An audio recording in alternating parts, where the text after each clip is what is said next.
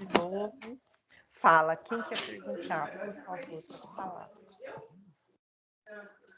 A Fabiana. Fala, Fá. Não? Oi, professora, desculpa, eu abri o microfone sem querer. Ah, tá. Tinha alguém que ia perguntar, não era você, não? Alguém que ia perguntar alguma coisa. Então, tudo bem. Não, vamos lá.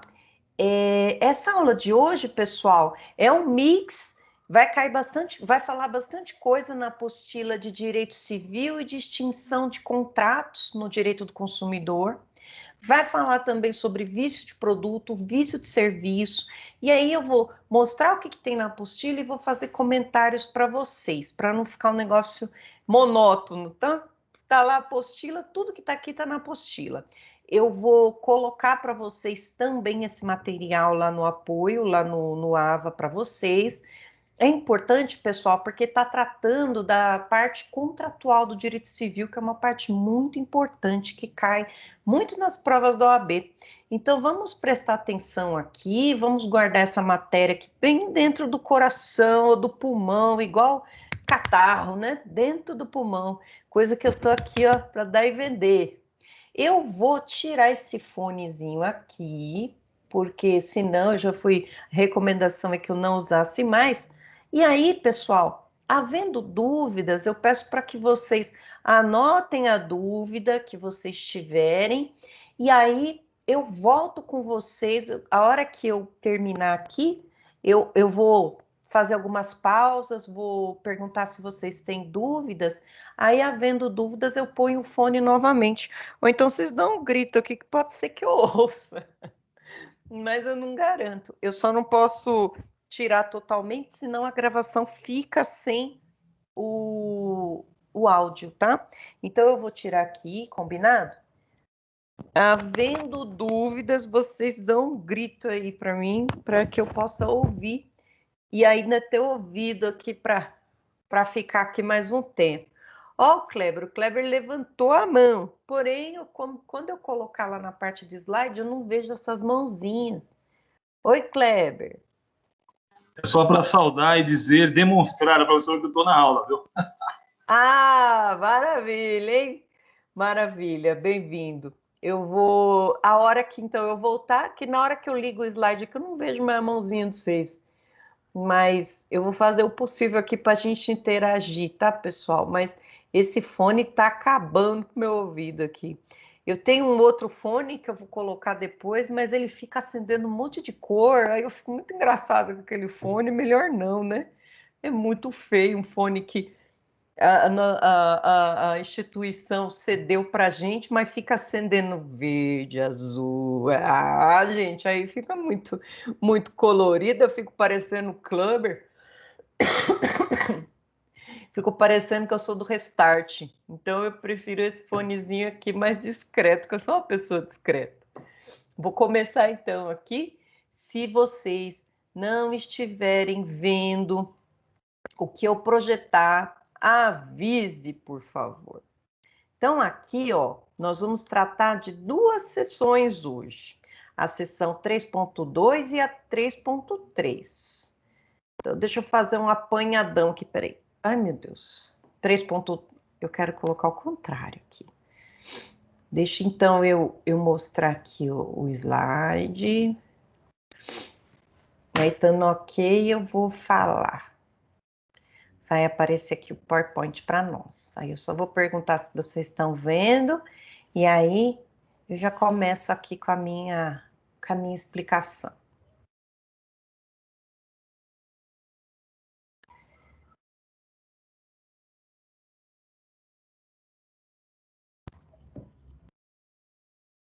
Aquele silêncio constrangedor, né? Quando o computador não funciona. Ah, funcionou. Seção 3.2, extinção do contrato de consumo. Todo mundo está vendo? Quem me responder ganha R$1.000. Sim, professora. Ah, pronto. Quem que respondeu? É a Jéssica? A Thaís Paixão. O Thaís Paixão. Mas a Jéssica também quer, tá, Não, professora? não. A Thaís Paixão. A minha linda vai ganhar aqui R$ 1.000. Eu vou pedir para o Francisco depositar para você no final da aula, tá, Thaís? A Jéssica não, porque ela falou Muito depois. Tá obrigada bom? pelo prêmio, professora. Tá. Tá tranquilo. Vou tirar aqui, e aí, se vocês tiverem alguma coisa, quiser falar comigo, vocês vão ter que esgoelar, dar os gritos, socorro, igual vocês fazem quando vocês vão lá no show do Belo, tá? Dá uns gritos aí para mim. Então, microfone aqui, vamos lá, tudo ok. Ó, nós vamos falar então de dois temas importantes: extinção do contrato de consumo e responsabilidade civil pelo fato do produto e fato do serviço. Vamos começar com extinção do contrato de consumo.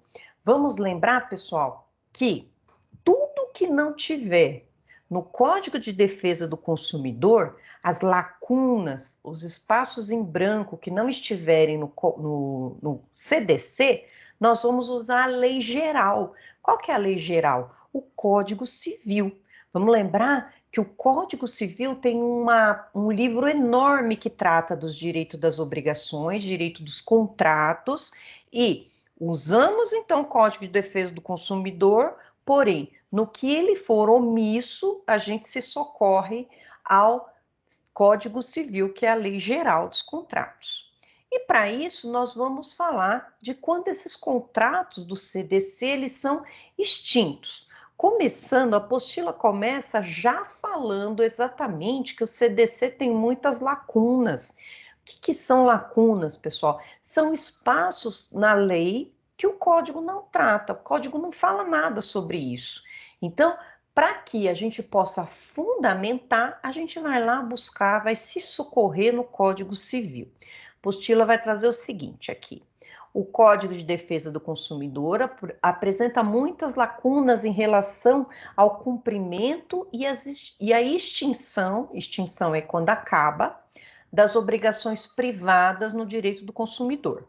Assim, não trazendo norma especial, que é o CDC, regras suficientes para o tratamento integral da matéria, resta buscar na norma legal, Código Civil, o preenchimento dessas lacunas. Então, saibam que eles se complementam.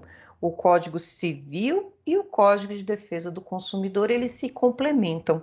Eu lembro logo que eu comecei a estudar, né, que eu fui fazer um estágio, e aí eu lembro que a advogada falava para mim, né, e eu tinha uma ampla capacidade de tirar xerox lá no escritório, né, quando eu comecei a saber tirar xerox frente e verso, né, já acabou meu estágio, mas tudo bem.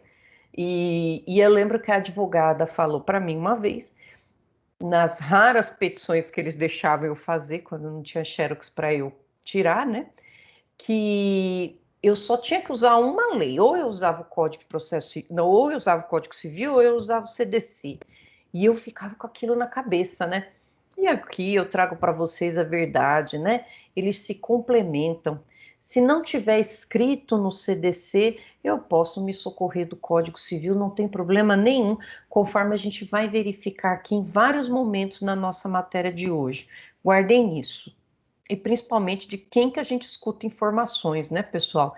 Nesse mundo aí, mundaréu afora de estágio, a gente pode fazer estágio com pessoas que não sabem nem para elas, né? Esse que é o problema. Por isso que se socorram aos livros, né? Nunca às pessoas. Sempre desconfiem do que vocês escutam e vão atrás dos livros. O que então é uma obrigação? A gente fala da extinção dos contratos, extinção das obrigações. O que é uma obrigação para o direito civil, né? Obrigação, gente, é o vínculo jurídico que confere ao credor, sujeito ativo, o direito de exigir do devedor, sujeito passivo, o cumprimento de determinada prestação. Corresponde a uma relação de natureza pessoal, de crédito ou débito, de caráter transitório, exige-se pelo cumprimento, cujo objeto consiste numa prestação economicamente aferível. O que isso quer dizer? Obrigação nada mais é do que um vínculo, uma coisa que une, né? Vínculo é uma coisa que une o credor do devedor, e eles ambos têm entre si uma prestação, que é o cumprimento de direitos e deveres. Vamos pensar aqui no devedor e no credor e devedor. Vamos pensar no credor, aquele que vendeu um imóvel. O devedor, aquele que comprou. A obrigação desse credor é entregar o imóvel, livre e desembaraçado de dívidas, e desse devedor é pagar, né? Então, quando a gente fala que tem natureza pessoal, já usei um exemplo ruim, né? Porque no caso do imóvel tem natureza real. Natureza pessoal, vamos usar um carro então, né? Natureza real significa o devedor vai ter que pagar, vai penhorar a conta dele, vai buscar alguma coisa para ele pagar, vai ter que pagar de algum jeito. Não tem natureza corporal, não pode prender ninguém por dívida. Mas natureza pessoal significa ele vai ter que pagar. Quando eu falo de natureza real, significa que eu penhoro aquele bem. Pode penhorar o bem para pagar? Pode, mas num segundo momento, se não for bem de família e por aí vai. Quando a gente fala de relação pessoal, significa que aquele credor precisa pagar, seja com dinheiro, seja com bens, aquele valor que ele se comprometeu em pagar, desde que fosse entregue para ele pelo credor aquela obrigação. Pode ser um débito, um crédito, caráter transitório, porque a hora que pagar, acaba, né? O objeto consiste nessa prestação economicamente aferível. É esse que é o contrato. Então, nada mais é do que o vínculo que une credor ao devedor. Ambos têm obrigações um com o outro. Vamos lembrar que no direito civil não cabe prisão por dívida, salvo. Aí a gente vai lembrar lá da pensão, né, do devedor inexcusável de alimentos. Ah, mas na Constituição tem o tal do depositário infiel. Nós falamos, né, que o Brasil é signatário do Pacto de São José da Costa Rica, um tratado internacional, que diz que não pode ter lei que prenda alguém por ser depositário infiel, né, depositário de um bem infiel. A gente falou isso nas últimas aulas. Então, a obrigação ela é só de caráter pessoal. Eu não posso prender ninguém por dívida. Vamos para frente. Os elementos dessa obrigação, essa relação jurídica. Aí nós vamos ter alimentos, né? Tá na hora da janta. Subjetivo, objetivo e abstrato. Aqui é direito civil, direito das obrigações. Quando eu digo elemento subjetivo, sempre que a gente falar em subjetividade, a gente vai falar de partes. Quem que é o elemento subjetivo aqui nessa relação obrigacional?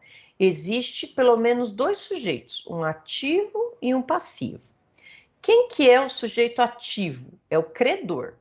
É aquele que exige do outro o cumprimento de alguma prestação.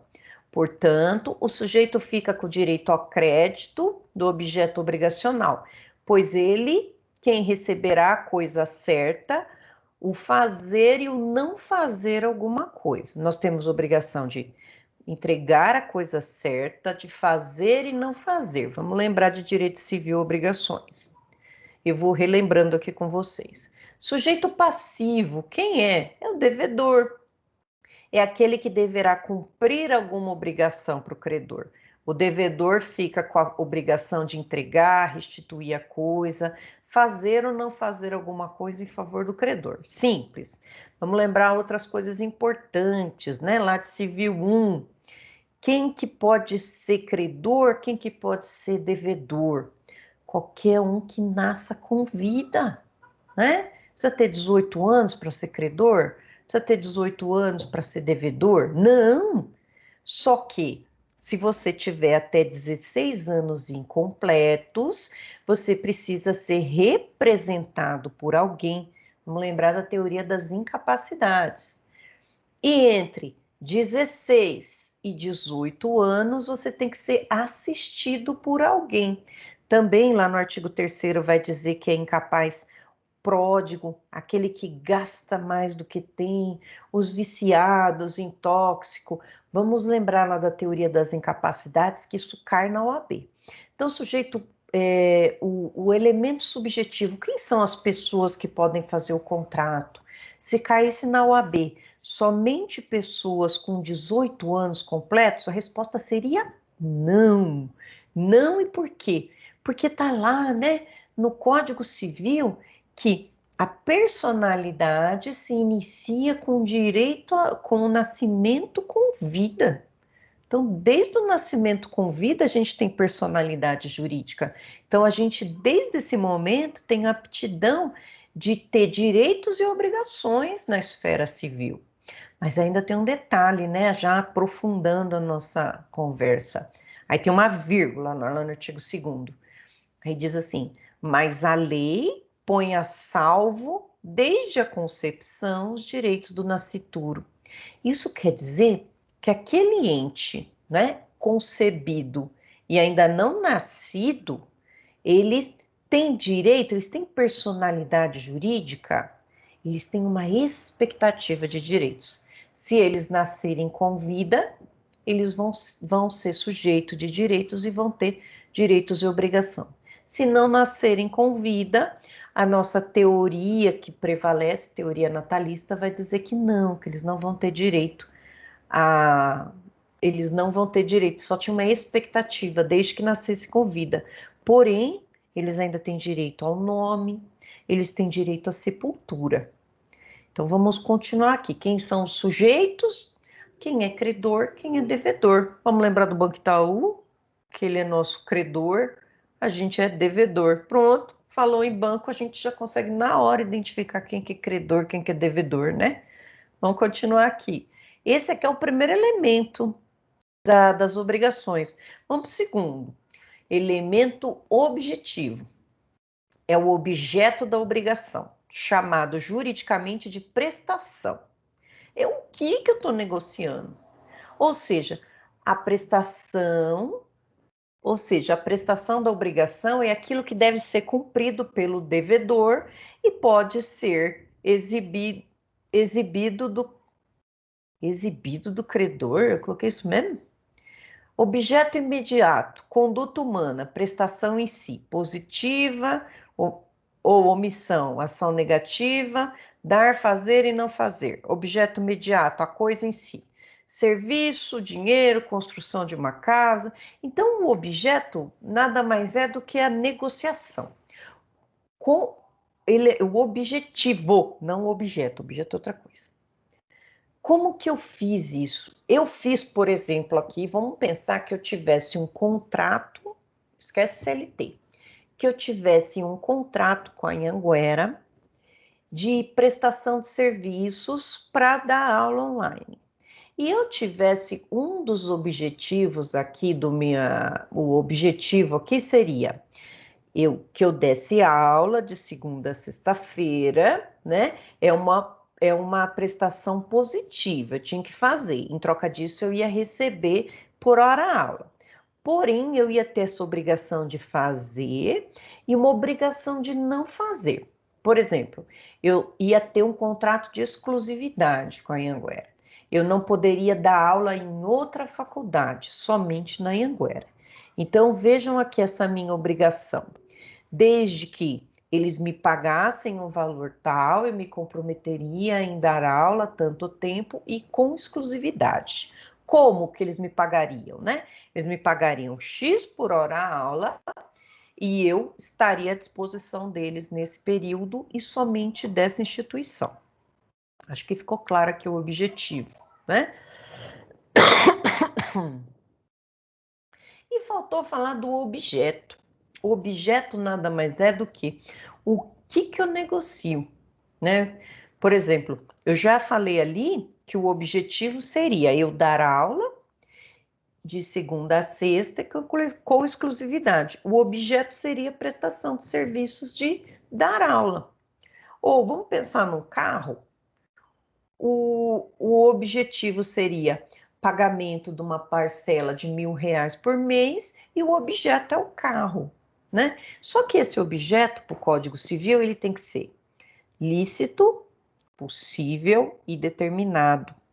Lícito, possibilidade jurídica do objeto do contrato, ou seja, o conteúdo dos negócios deve respeitar a lei.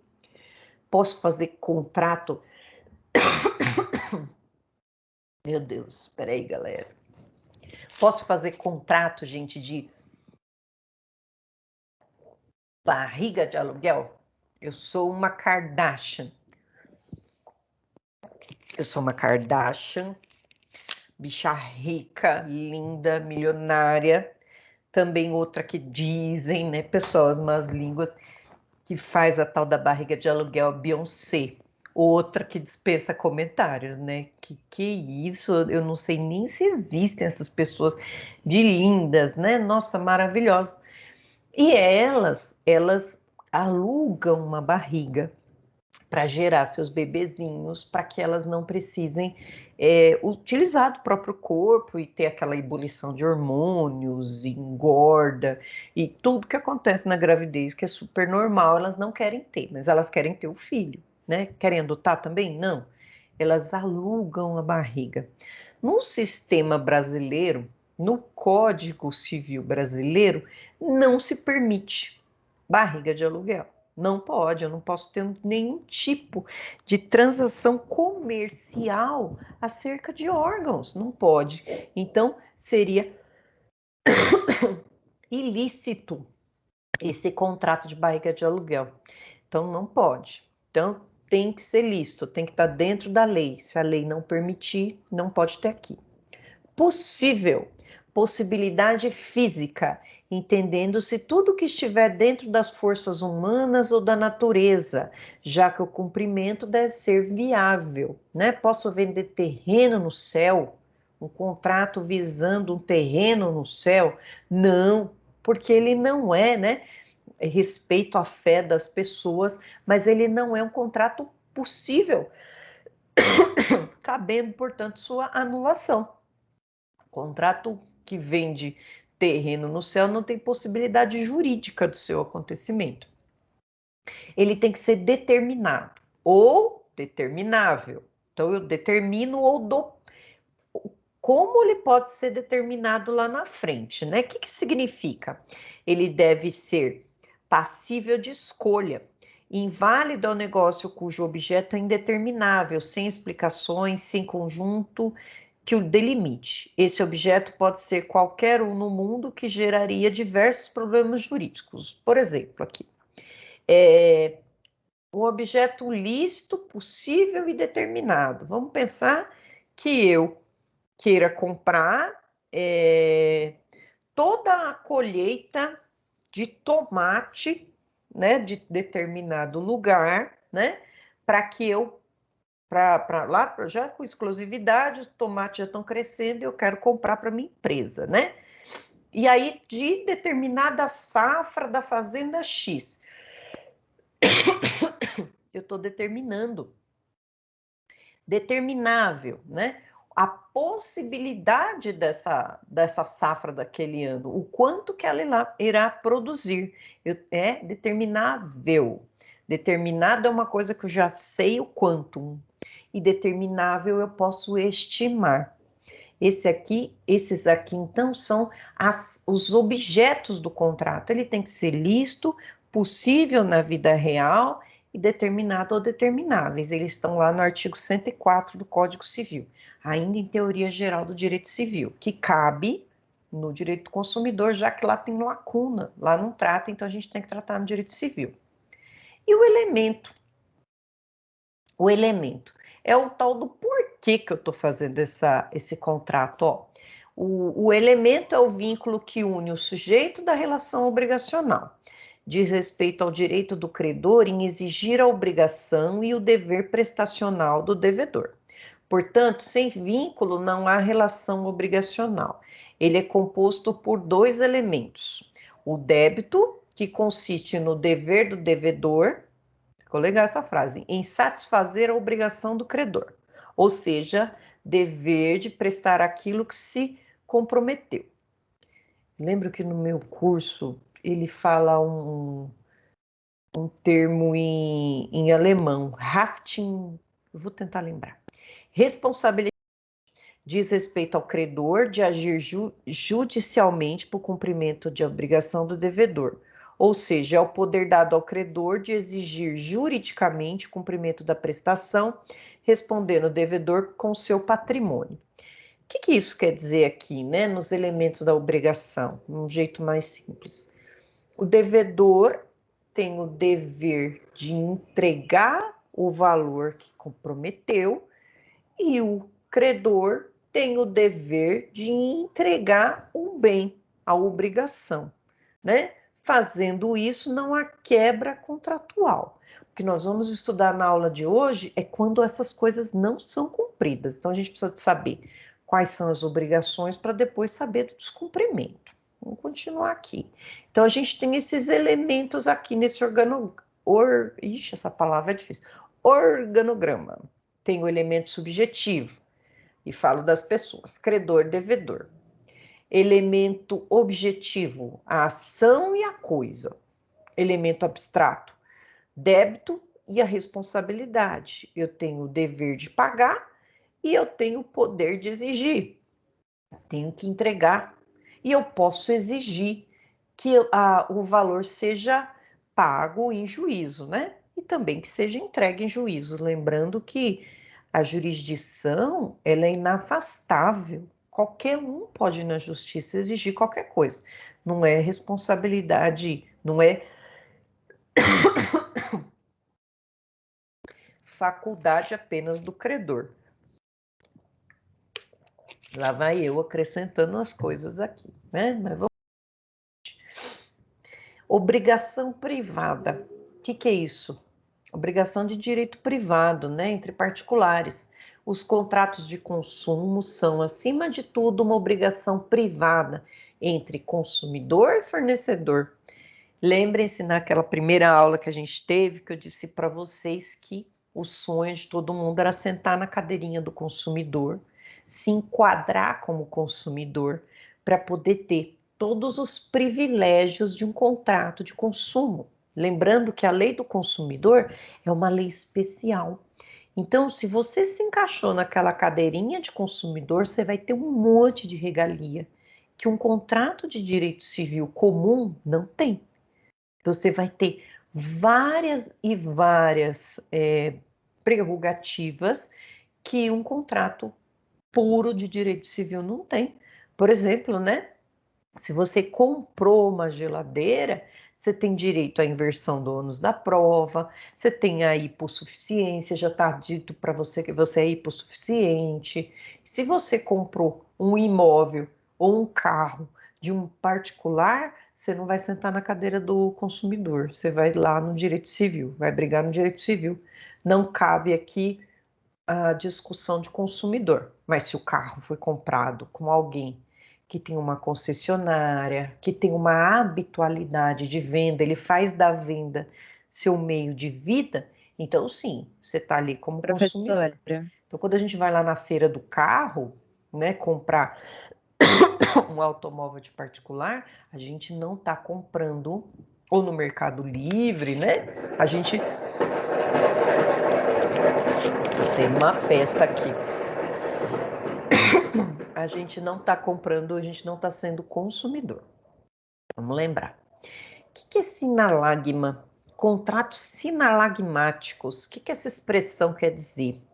Os contratos estabelecidos entre consumidores e fornecedores são contratos sinalagmáticos, pois geram deveres recíprocos, pois existem normalmente dois laços obrigacionais simultâneos em sentido opostos, direitos e deveres se contrapondo, né?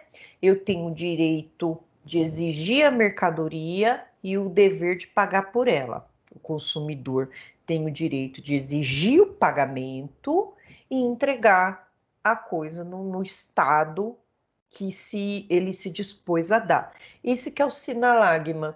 Sinalagma nada mais é do que simultaneidade de direitos e obrigações. Sinalagma existem em todos os tipos de contrato, não é só no consumidor, não. E o pagamento? adimplemento da obrigação. Significa pagamento da obrigação. Aqui a primeira opção da extinção das obrigações é o pagamento. Pagou, acabou, né? A extinção das obrigações dá-se em via de regra pelo seu cumprimento. Em outros termos, quando alguém vinculado juridicamente por uma obrigação de dar, fazer ou não fazer algo, realiza o que prometeu, a obrigação será considerada paga e sua consequência natural será o fim do vínculo. E isso nós chamamos de adimplemento obrigacional. Pronto, essa é a primeira forma de extinção de um contrato. Quando pagou. Pagou, é seu, cumprida a obrigação, extingue, então, esse vínculo obrigacional. O cumprimento, aqui é importante, o cumprimento de uma obrigação é denominado pela doutrina, pelo próprio Código Civil, como pagamento. Apesar do uso mais corrente indicar na expressão a solução em dinheiro de uma dívida, ela foi empregada pelo legislador no sentido técnico jurídico de execução para qualquer espécie obrigacional. Assim, se alguém vender um carro a uma outra pessoa, a entrega do veículo consiste no pagamento da obrigação de venda, enquanto a entrega do valor em dinheiro será o pagamento da obrigação de compra. Então, tecnicamente falando, pagamento significa o cumprimento da obrigação. Lembra do sinalagma? Sinalagma significa, então, para o devedor, eu entreguei o automóvel em perfeitas condições, então eu já tive o adimplemento da minha obrigação pelo pagamento, entreguei o carro. E o fato do devedor pagar as parcelinhas para mim significa pagamento também. Então não confunda pagamento, o ato de entregar dinheiro, com o adimplemento da obrigação. Quando a lei fala em pagamento, ela está falando em cumprir obrigação. Que ruim, né? Por que o legislador não colocou cumprir obrigação no lugar de pagamento? Mas vamos lá, né? Ninguém entende essas palavrinhas aqui. Volta. Cumprimento das obrigações. O cumprimento das obrigações contratuais consumeristas, ou seja, de direito do consumidor, deve ser realizado com boa-fé, pontualidade, retratar com exatidão os termos do contrato, salvo quando presentes as cláusulas abusivas, né? Aí a gente já viu que as cláusulas abusivas nós podemos contestá-las, né? E aí, pontualidade. O que significa? O que isso que é importante na pontualidade? Se você combinou, tá lá, vencimento no dia 5, se você paga no dia 6, você já não está sendo pontual. Então, a partir do fim do prazo, a gente já está demorando a pagar. Demora, em direito civil, se chama mora de demora. Então, se o contrato estipular multa, já incide a multa. Se estipular juros, já incide juros. Se estipular vencimento antecipado das parcelas, já vai incidir. Então, até me perguntaram esses dias, eu acho, falaram assim, professora, quando que vai ter a mora? A mora nada mais é do que o inadimplemento no prazo. Se estava escrito dia 5, você não pagou dia 5, dia 6 já todos os encargos moratórios já incidem, né? Já vai tudo lá, multa, então paga em dia, né? Dentro da possibilidade. Quem deve pagar? Aqui. Eu lembro que eu tinha um professor de direito civil na minha época que ele só dava exemplo com cavalo. Sempre que eu vejo esses incisos aqui, eu lembro dos exemplos dele com cavalo. Nunca consegui encaixar cavalo aqui. Olha lá. Quem deve pagar a obrigação? Olha lá. Qualquer interessado na extinção da dívida pode pagá-la, usando, se o credor se opuser, dos meios conduzentes à exoneração do devedor. Igual direito cabe ao terceiro não interessado se o fizer em nome e à conta do devedor, salvo oposição deste. O que esse código está querendo dizer com isso, pessoal? Quem que paga a dívida? Vamos pensar numa prestação, do carro, né? Vamos pensar naquele boleto lá da BV Financeira. Eu, Marisa, pego o boleto da BV Financeira da Thaís e levo no banco e pago. Eu sou terceira pagando em nome dela. Então, eu estou cumprindo a obrigação dela, né? Para o banco, ó, tanto faz se esse dinheiro é meu, se esse dinheiro é da Thaís. Eu estou pagando uma obrigação dela, né? Eu estou aqui interessada na extinção do pagamento, né? Se o credor se opuser, o credor pode se opor, dizer, não é você que tem que pagar, é fulana. Aí eu posso ir lá e depositar em juízo, né? Mas o que eu quero deixar claro aqui é que qualquer pessoa que pague um boleto por mim, que está no meu nome, ele está pagando em nome daquela pessoa. Então, depois não adianta vir brigar, né? Ah, porque eu paguei. Teve uma cliente uma vez que falou, eu paguei porque eu tô com o pagamento, tem até minhas impressões digitais falou bem assim, no boleto e tal. Eu falei, nossa, né? Daí que eu vou colocar aqui no disco do meu computador aqui para pegar as impressões digitais. Você pagou em nome da pessoa, né? Vai discutir com essa pessoa aí, não com o banco. E a quem eu devo pagar, né? O pagamento deve ser feito ao credor ou a quem de direito, sob pena de só valer depois de por ele ratificado ou quanto prever reverter em seu proveito, né? Esse aqui é o tal da compensação lá do banco, né? Lembra que a gente faz um pagamento e às vezes só vai cair depois de 5 dias. E aí só libera para a gente depois de 5 dias. Isso vai acabar com a chave Pix, né? Que parece que o pagamento vai ser imediato e tal, vai ser uma maravilha. Mas o código aqui prevendo, né? Que tem um delay, uma demora. Objeto.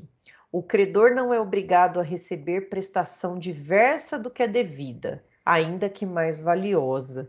Olha isso, né? Olha isso.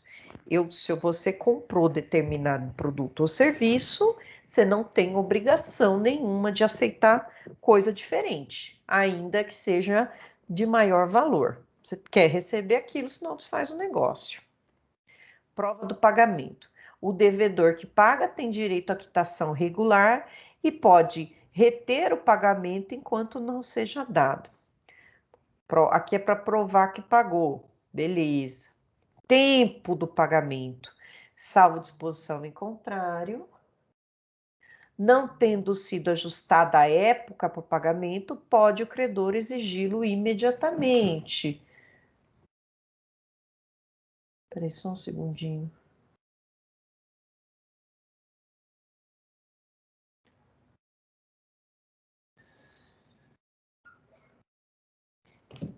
As obrigações condicionais cumprem-se na data do implemento da condição, cabendo ao credor prova que este teve ciência.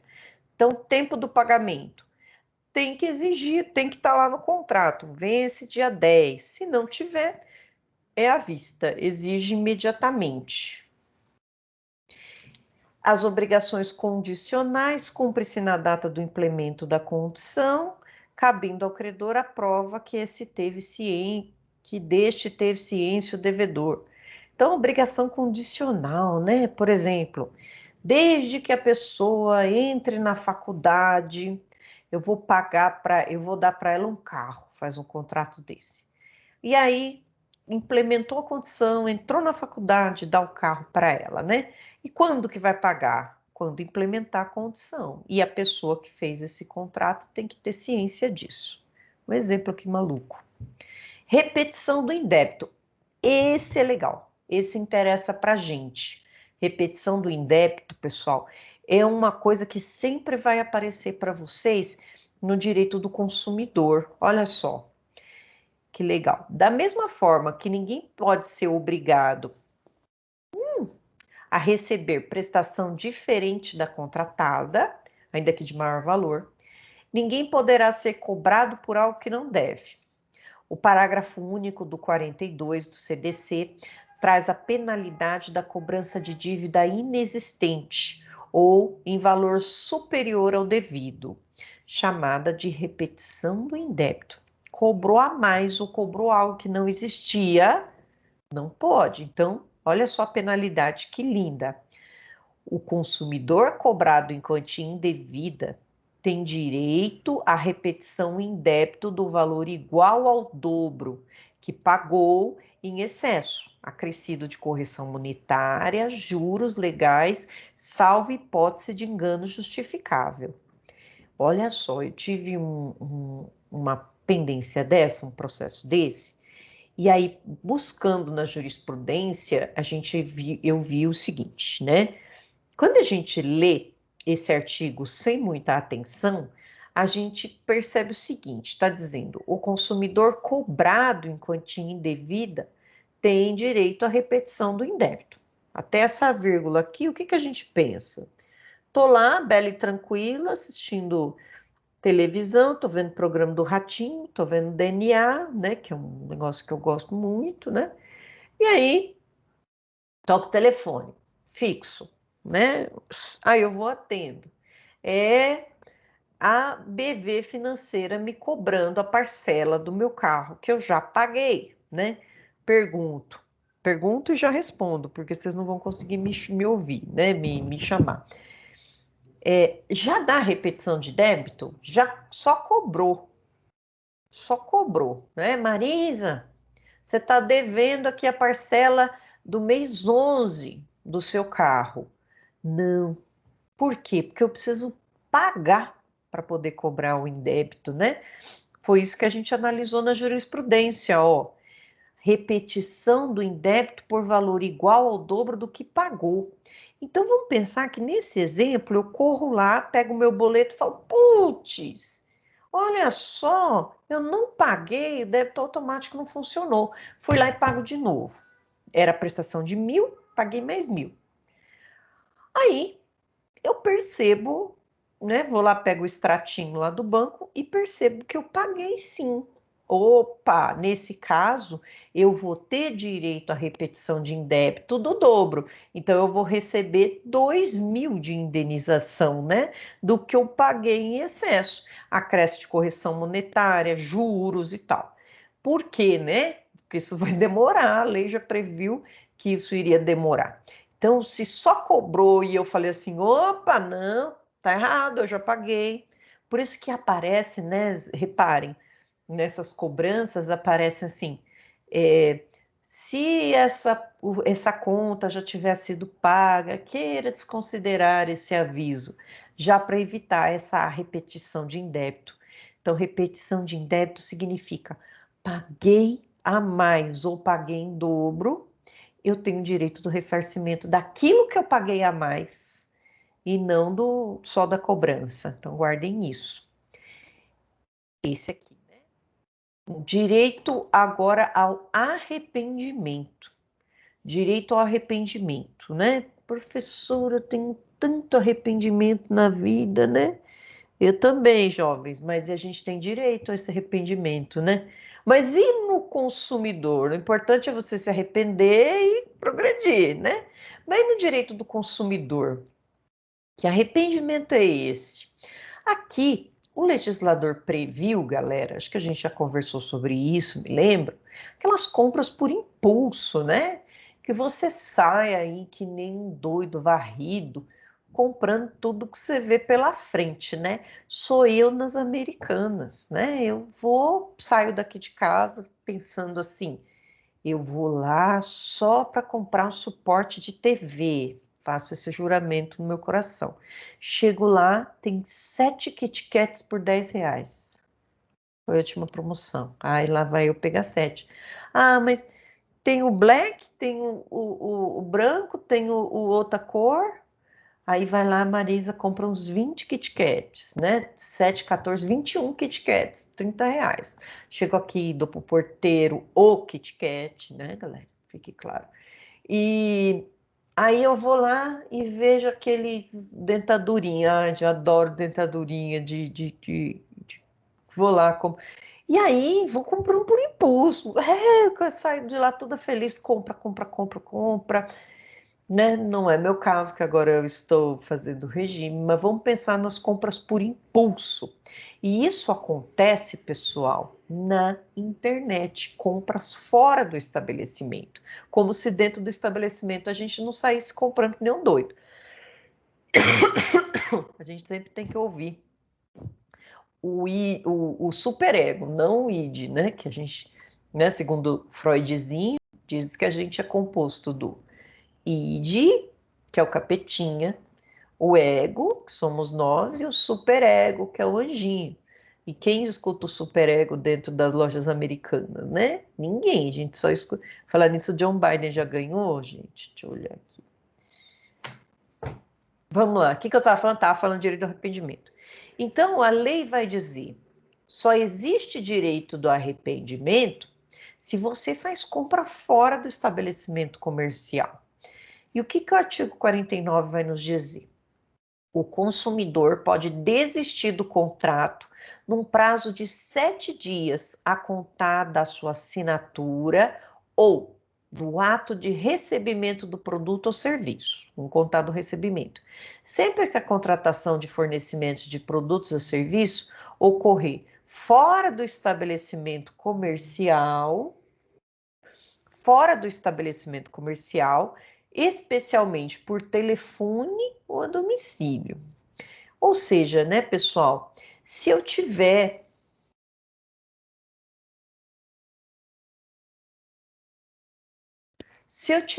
aqui fora do estabelecimento, comprei pela internet, o pessoal foi em casa vender produtos e tal, eu tenho direito de arrependimento. Se o consumidor exercitar o direito de arrependimento previsto nesse artigo, os valores eventualmente pagos a qualquer título durante o prazo de reflexão serão devolvidos de imediato, monetariamente corrigidos. Olha só que legal. Esse é o direito do arrependimento, mas é preciso exercer esse direito dentro dos 7 dias. E aí a jurisprudência já está trazendo que aquelas lojas que puxam as pessoas para dentro do seu estabelecimento também enquadraria aqui. Vamos lá. Tem um decreto 7962 de 2013, mais recente que o CDC. Ele vai, então, regular para dispor sobre a contratação do comércio eletrônico. O fornecedor deve informar de forma clara e ostensiva os meios adequados e eficazes para o exercício do direito de arrependimento. O consumidor poderá exercer seu direito de arrependimento pela mesma ferramenta utilizada para a contratação, sem prejuízo de outros meios. O exercício do direito de arrependimento implica para a rescisão dos contratos acessórios sem qualquer ônus para o consumidor. Então, está dizendo, se você comprou pela internet, sem ter que ficar ligando, eles precisam oferecer esse mesmo canal para que a gente possa fazer o direito do arrependimento. Tem que estar lá de forma clara e ostensiva, que compras feitas pela internet eu posso exercer esse direito do arrependimento. Comprei, não serviu, devolvi. O exercício do direito do arrependimento será comunicado imediatamente ao fornecedor, à instituição financeira ou administradora de cartão ou similar que a transação não seja lançada na fatura do consumidor ou que seja efetivado o estorno do valor caso o lançamento na fatura já tenha sido realizado.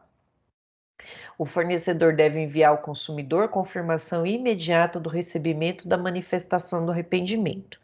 Olha que legal essa regulação. E aí, fica atento. O direito de arrependimento não é regra, é uma exceção. Peraí, pessoal. Nossa. Oi. Peraí, galera.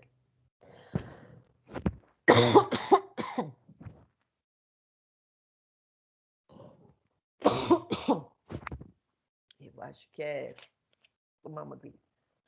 São Brás.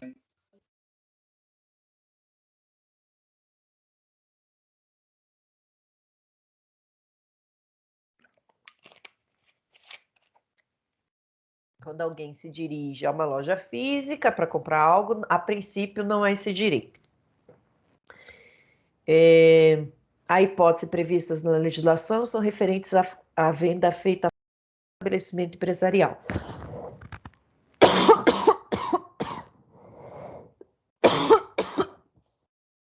Socorro! Pessoal, vou fazer um intervalinho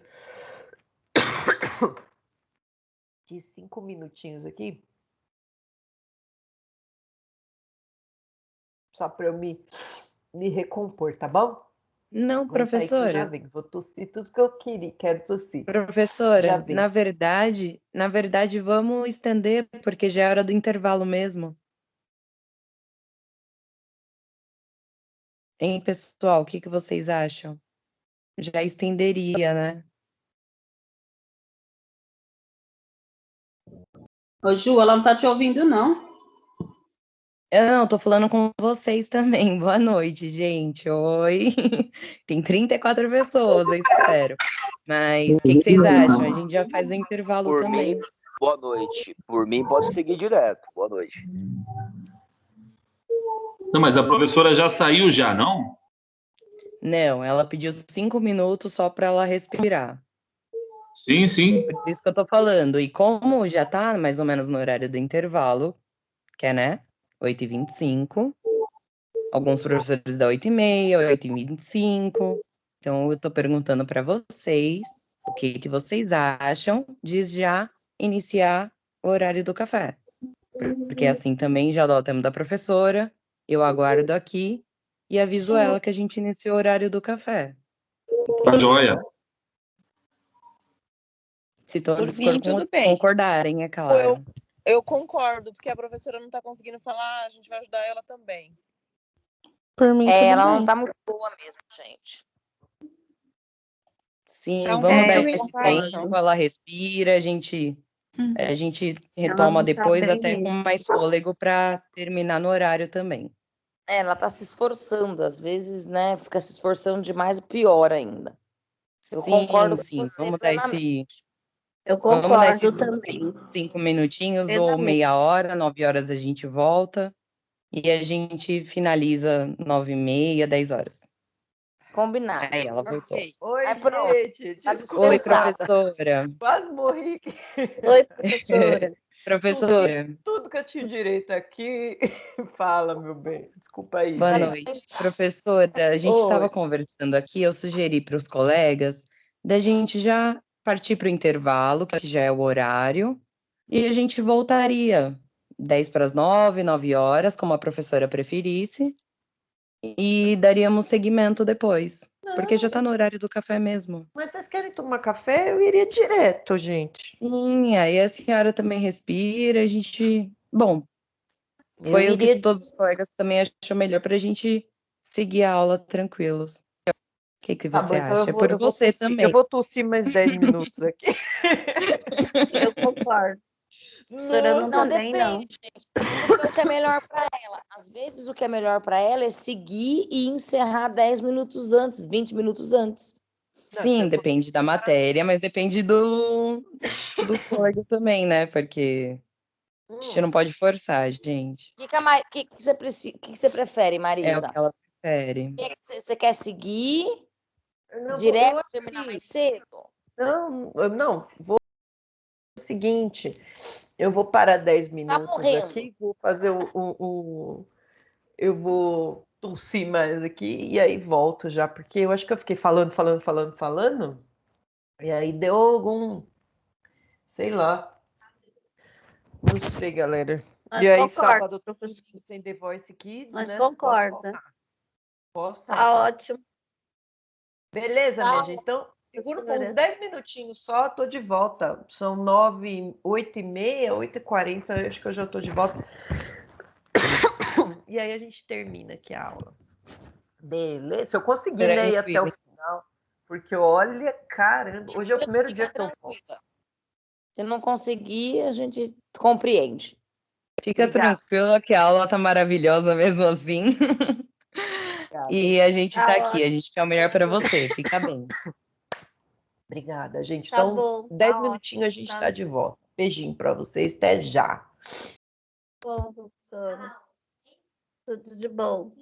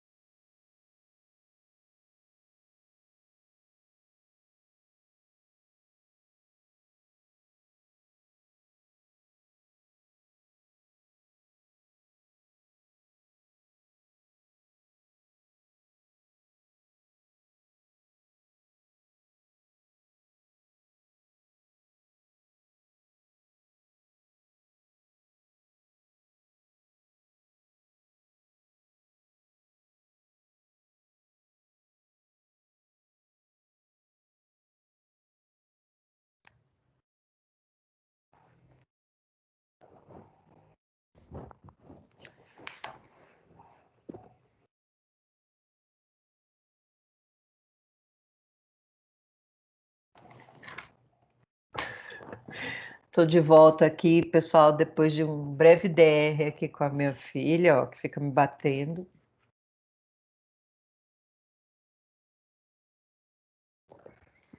Estou sendo agredida aqui por ela.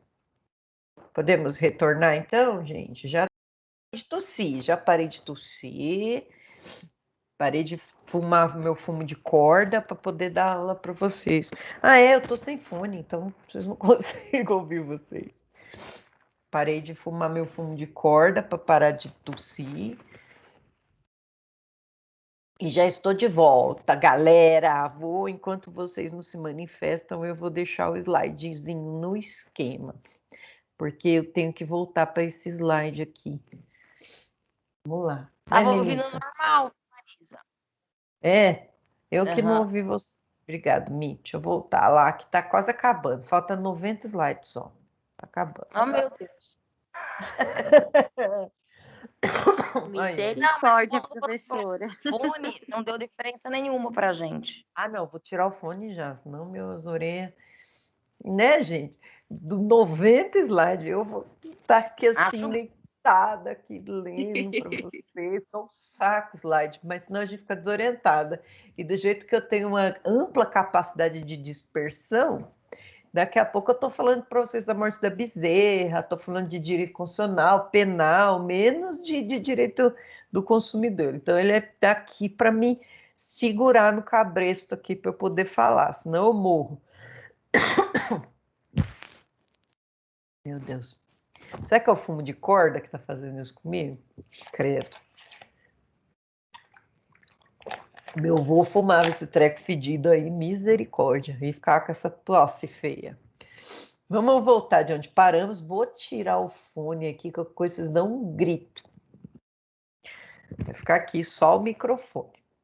A gente estava falando do direito do arrependimento.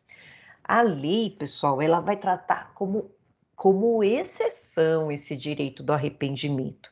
A lei vai dizer que se você comprou fora do estabelecimento comercial, você tem direito de se arrepender, devolver a mercadoria e receber de volta o dinheiro que você pagou.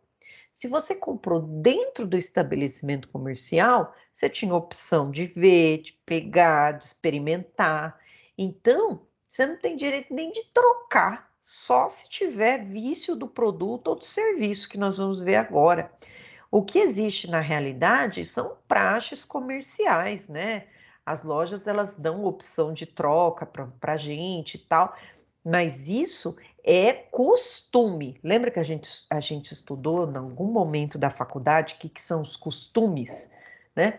Costumes são comportamentos reiterados que a gente pensa que é lei, mas na verdade não é, ou não virou ainda. Por exemplo, o 13º era uma gratificação que o empregador dava para o funcionário no final do ano, que foi virando costume e virou lei.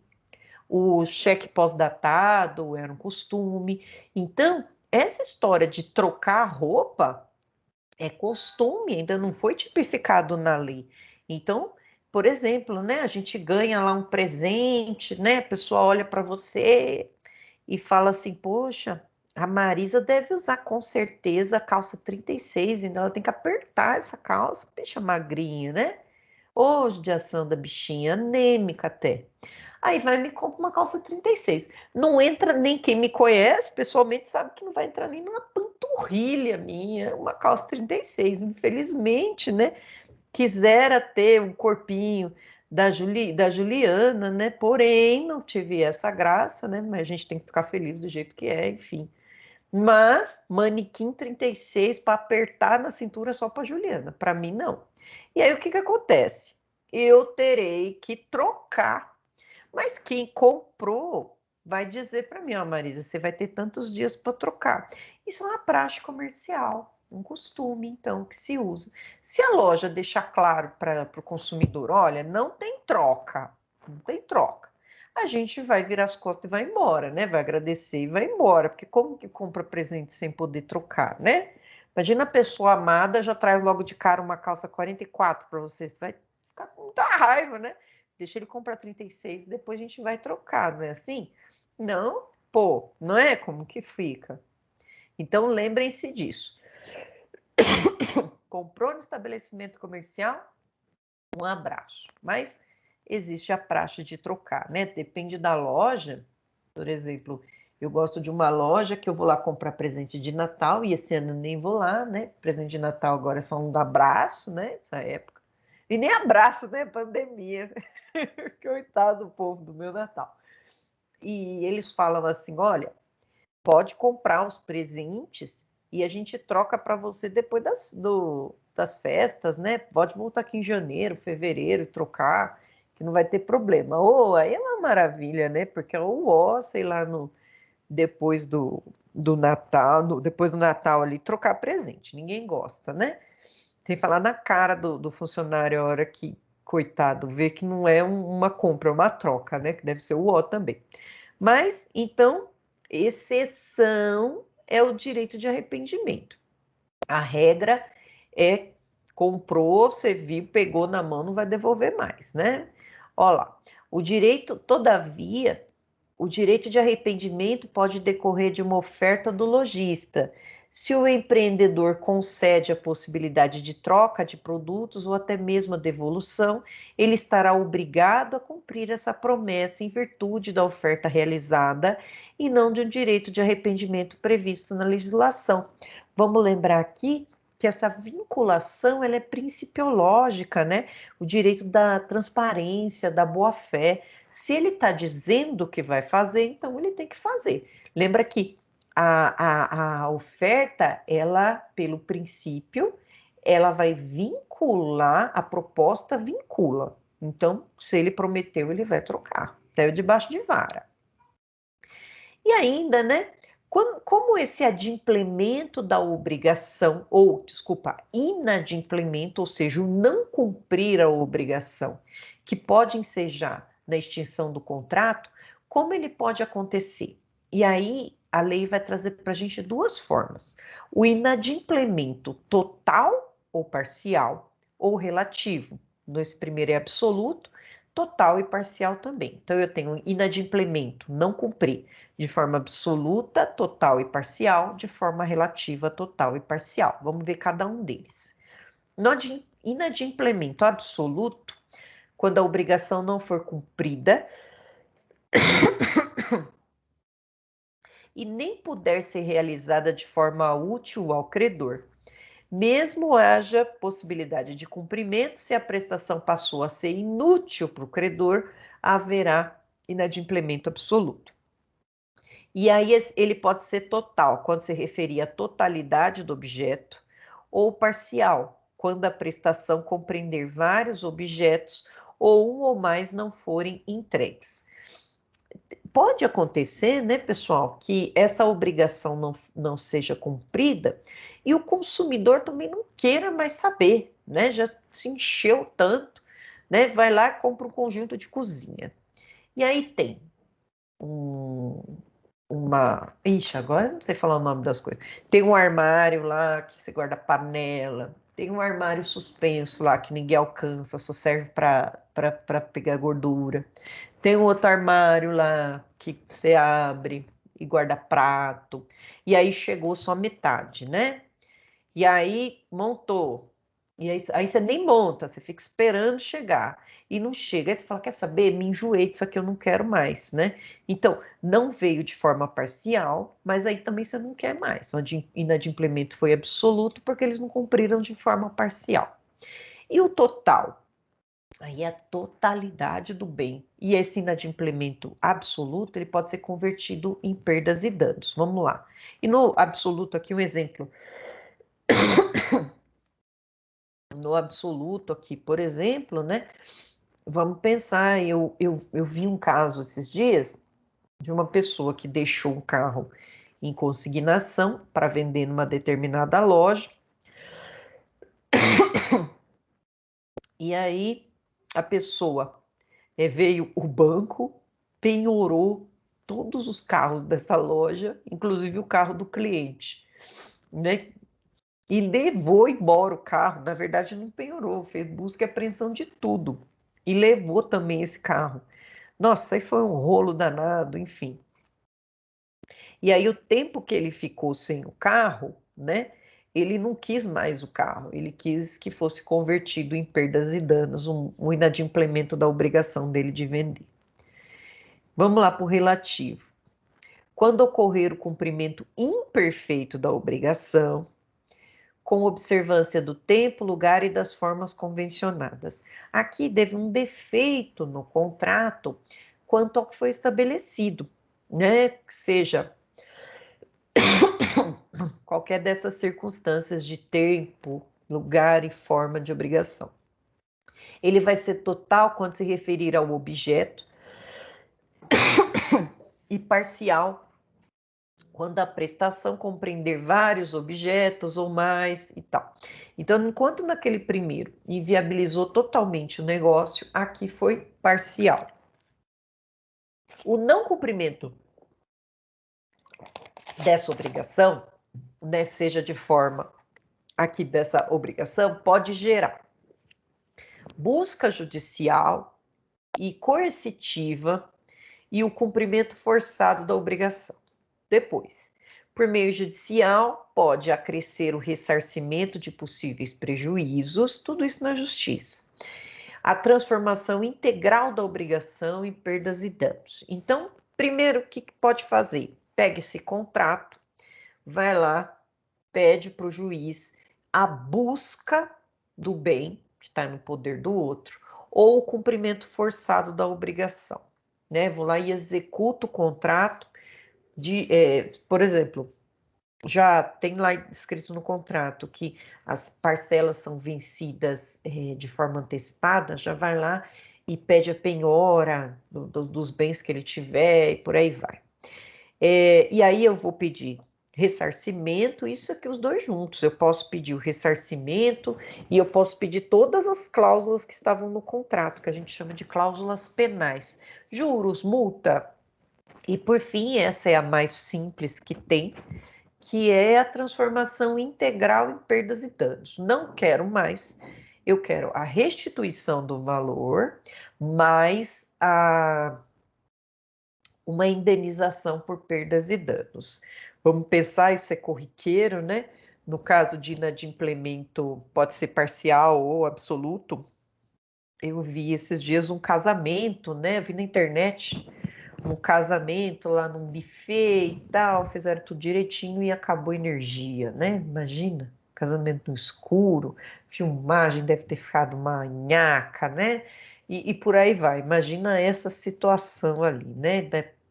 Imagina se descobre que é porque não pagaram a conta. Aí que piora mesmo, né? Não sei o que é pior, porque se eles não pagaram a conta de energia, imagina se essa empresa vai ter dinheiro no caixa para pagar a indenização para essa noiva, né? Então, às vezes, o barato sai caro, né? Poxa, vamos lá. E aí, né? Passando a parte do inadimplemento, nós vamos ter a parte da responsabilidade, que daí a gente já passa de sessão. Então, o que a gente tem que lembrar sobre inadimplemento? O inadimplemento significa alguém não cumpriu com o que deveria cumprir, seja ele, né? Seja ele o consumidor ou o fornecedor. Um dos dois não cumpriu com o que foi pactuado, alguém saiu lesado nessa história. Então, a gente pode pedir cumprimento forçado da obrigação, a gente pode pedir a reparação em perdas e danos e todas as cláusulas penais referentes a esse contrato. A gente vai lá e pode até negociar com o fornecedor, se não conseguir, vai ter que ir lá na justiça, não tem jeito. E aí, agora, vamos falar de obrigação e responsabilidade, que elas não se confundem. Olha lá, a responsabilidade é a consequência jurídica patrimonial do débito, que é o descumprimento de uma relação obrigacional. Quem descumpre essa relação obrigacional, pode ser o credor ou o devedor, eles têm uma responsabilidade pelo descumprimento, já que eles frustraram as expectativas do outro, né? Então, em caso de descumprimento da obrigação, que é o débitum, sobrevém o inadimplemento. E daí, então, surge a responsabilidade, obligatio, e pode existir Obrigação, uma obrigação, sem gerar responsabilidade, essa é boa. O devedor não pode ser condenado a cumprir a prestação, isto é, ser responsabilizado, embora continue devedor. Exemplo, dívida prescrita, dívida de julgo. Se quiser pagar, aqui a gente vai lembrar lá da teoria geral do direito, né? Quando a gente estuda direito e moral, né? Direito e o que é justo. Vocês vão se lembrar lá de teoria geral do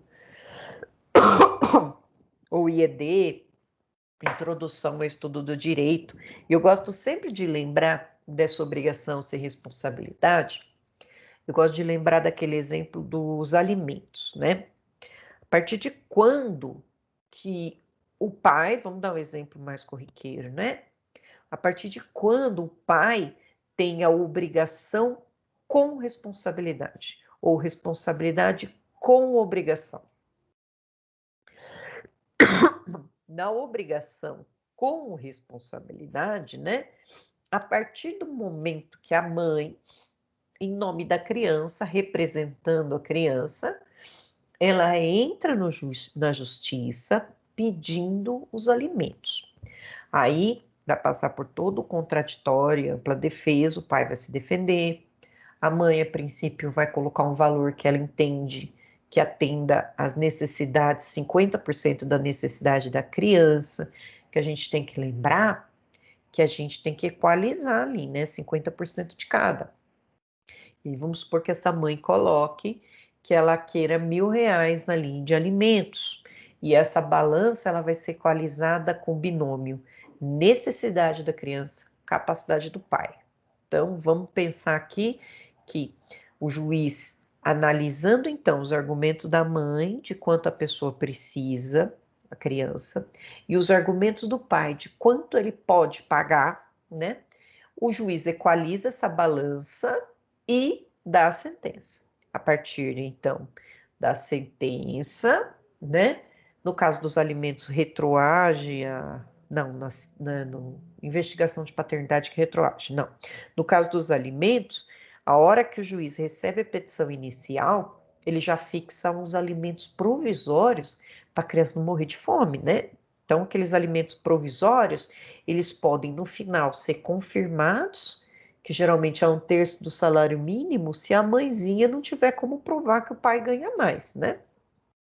Mas esses alimentos provisórios, eles vão ser definitivos, só que dessa vez, né, após a instrução probatória,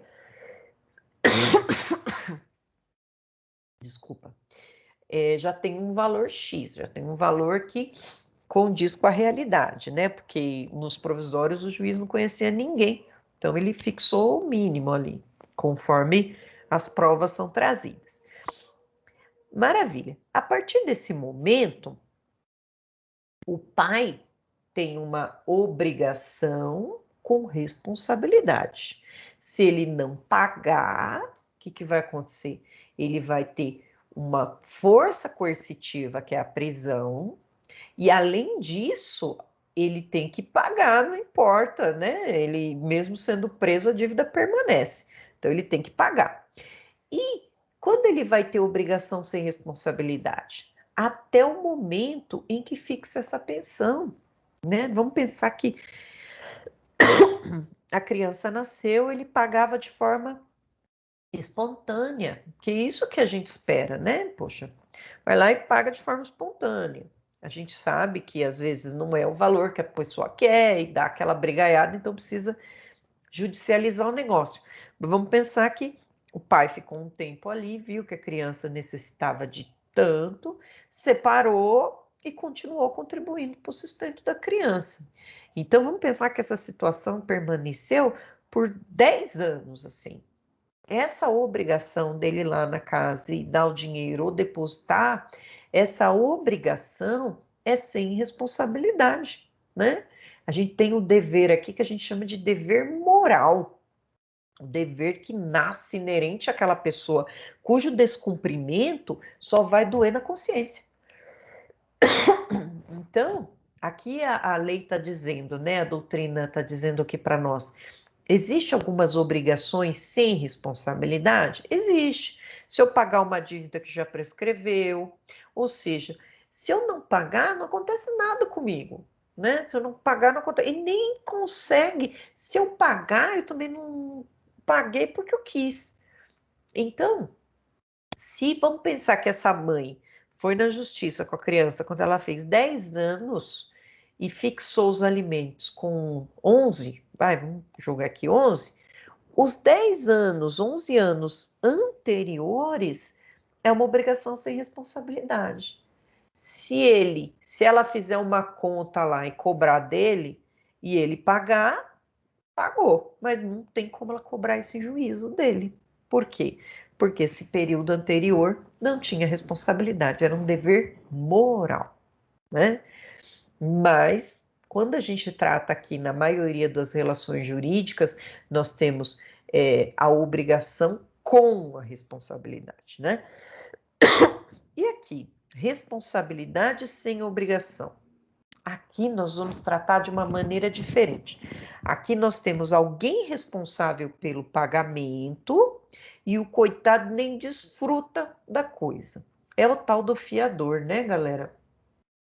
Nunca seja fiador, né? Não seja fiador de ninguém, porque fiador não tem direito nem ao bem de família, nem ao patrimônio mínimo. O fiador, coitado, não tem, né? For para ser fiador, você seja fiador do seu pai, da sua mãe, se você tiver, né, eles lá, filho, mas olha, e já faça o contrato de fiança sabendo que pode pôr tudo a perder, inclusive a sua casa, né? Esse é triste. E vamos lembrar da figura do fiador. Quem é esse daí? Fiador vem de fidúcia. Fidúcia é confiança, né? No juridiquês, eu tenho então alguém que confia tanto em mim, olha isso, né? Alguém que confia tanto em mim, capaz de dar os imóveis dele, o dinheiro dele, a casinha que ele mora, se eu não pagar. Esse aqui é o responsável sem obrigação. Ele é responsável pelo pagamento caso eu não pague. Olha que beleza. Exemplo aqui, vamos lá. Fiador que é responsável pelo pagamento do débito somente na hipótese do inadimplemento da obrigação por parte do afiançado, que é o devedor principal. Este, sim, originariamente obrigado pelo pagamento dos aluguéis. Vamos pensar aqui no contrato de aluguel. A única coisa que o fiador tem, gente, que a gente chama é o tal da... deixa eu vou lembrar do nome, é direito de ordem. É uma coisa assim, me fugiu aqui da cabeça. Benefício de ordem, salvo engano, é isso. A única coisa que ele pode fazer é, se vierem executar ele primeiro, o fiador alega o benefício de ordem e fala assim: primeiro cobre o locatário, vasculhe os bens dele, se ele não tiver bem, aí sim você vem atrás de mim, porque ele tem esse benefício de primeiro cobrar lá. Porque a gente, quando a gente advoga, pessoal, a gente vai atrás de quem tem dinheiro para cobrar, a gente não vai atrás do coitado Zé Ruela, né? Vamos atrás de quem tem dinheiro para nos pagar. E aí, nesse caso, primeiro a gente vai no fiador, e ele tem o direito de falar: opa, não venha forte não, vai atrás de quem deve primeiro. E aí, tratando da responsabilidade civil, olha só, as obrigações consumeristas são cumpridas, não cumpridas vão trazer responsabilidade, então, para aquele que não pagou. Essa responsabilidade pode ser tanto do consumidor como do fornecedor. Ela vai apresentar algumas diferenças, então. Vamos lá, vamos ver quais são. Limite da responsabilidade civil do consumidor. Multa de mora. Falamos disso, mora significa demora, atraso. Artigo 52, parágrafo 1º do CDC.